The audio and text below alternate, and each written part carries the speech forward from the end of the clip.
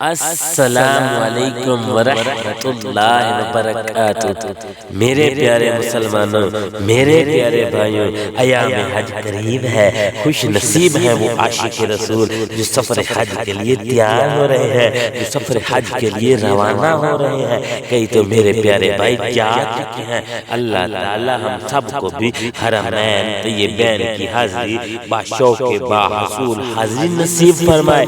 آئیے میرے پیارے مسلمانوں، آج آپ کو میں ایک ایسا وظیفہ اور عمل بتاتا ہوں جو میرے پیارے مسلمان حج نہیں کر سکتے، گنجائش نہیں ہے، غریب ہیں، پیسے نہیں ہیں حج کے لیے، اور وہ چاہتے ہیں کہ ہم بھی حج کرتے، حج کا ثواب لیتے، وہ پریشان نہ ہو۔ انشاءاللہ اللہ کے فضل سے، اللہ کے کرم سے ہم ادھر ہی حج کا ثواب حاصل کریں گے۔ پہلے میرے پیارے مسلمانوں حدیث پاک سنیں۔ ہمارے پیارے محمد صلی اللہ علیہ وآلہ وسلم نے ارشاد فرمایا، اس نے صبح شام 100 مرتبہ اگر وہ سبحان اللہ پڑھتا ہے، اللہ تعالیٰ اسے 100 حج کا ثواب دے گا۔ یہ دیکھو میرے پیاروں، اللہ نے کتنا مختصر غریبوں کے لیے تحفہ دے دیا۔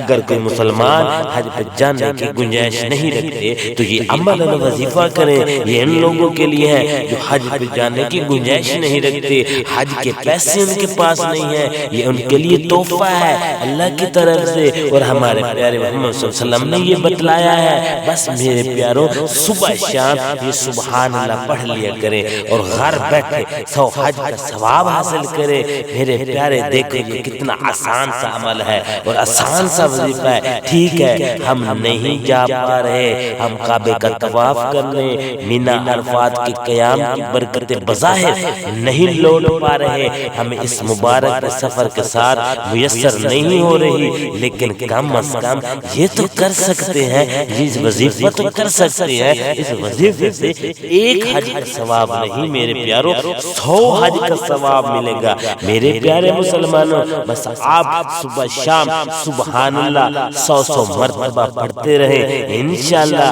آپ کو روزانہ 100 حج کی فضیلت نصیب ہوتی رہے گی، اللہ کے کرم سے، اللہ کے فضل سے، انشاءاللہ اللہ